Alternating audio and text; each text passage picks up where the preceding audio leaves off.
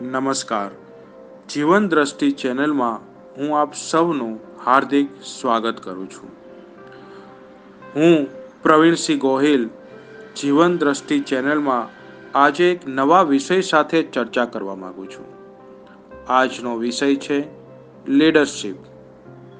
Leader કેવા હોવા જોઈએ? લીડરની જવાબદારી શું?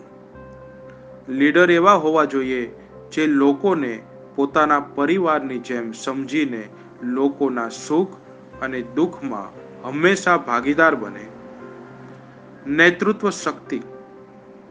કોઈ પણ નેતૃત્વ કરવા માટે, ચાહે તે સમાજનું નેતૃત્વ હોય, વિદ્યાર્થી અવસ્થામાં કોલેજનું નેતૃત્વ હોય કે રાજકીય નેતૃત્વ હોય, હંમેશા નેતૃત્વ કરનાર માણસમાં નિર્ણય શક્તિ, દયા ભાવના, સુખ અને દુઃખમાં ભાગીદાર બનવાની ભાવના, આપની આસપાસ જરૂરિયાતમંદ લોકોને તમામ પ્રકારની મદદ કરવાની ભાવના, દરેક વર્ગના લોકોને સન્માન આપવાની ભાવના અને સમૂહમાં રહેવાની ભાવના, આ છે નેતૃત્વ શક્તિ.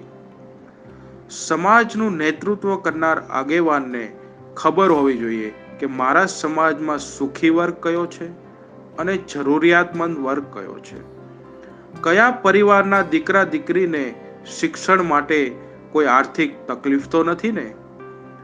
સમાજમાં દરેક લોકોને એક સાથે એકતા સાથે રાખવાની જવાબદારી સમાજમાં નેતૃત્વ કરનાર લોકોની છે. સમાજમાં અંધશ્રદ્ધા દૂર કરવી, હંમેશા સમાજના હિતલક્ષી નિર્ણયો માટે ચર્ચા કરવી, યુવાનોને સાચી દિશા આપવી, આ સમાજના નેતૃત્વ કરનાર આગેવાનની ફરજ છે.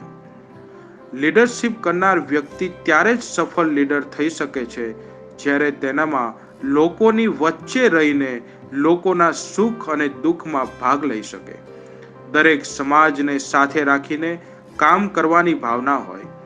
સાચો લીડર તે જ હોઈ શકે જે હંમેશા લોકોની વચ્ચે રહે, નહીં કે દૂર.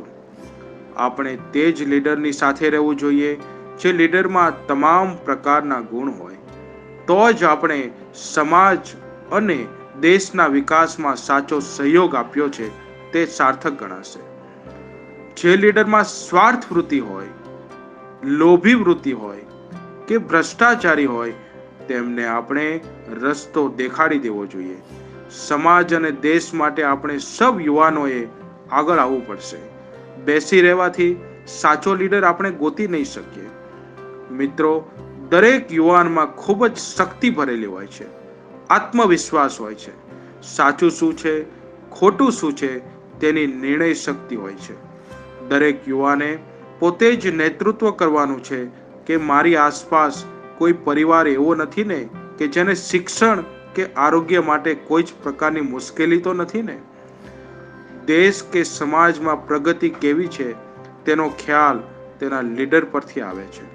માટે મિત્રો, લીડર બનવા માટે આ તમામ પ્રકારના ગુણ આપણે વિકસાવીએ અને સમાજમાં આપણે આપણું શ્રેષ્ઠ યોગદાન આપીએ. દેશના વિકાસ માટે પ્રતિબદ્ધ બનીએ. લીડરનું વ્યક્તિત્વ હંમેશા સરળ હોવું જોઈએ.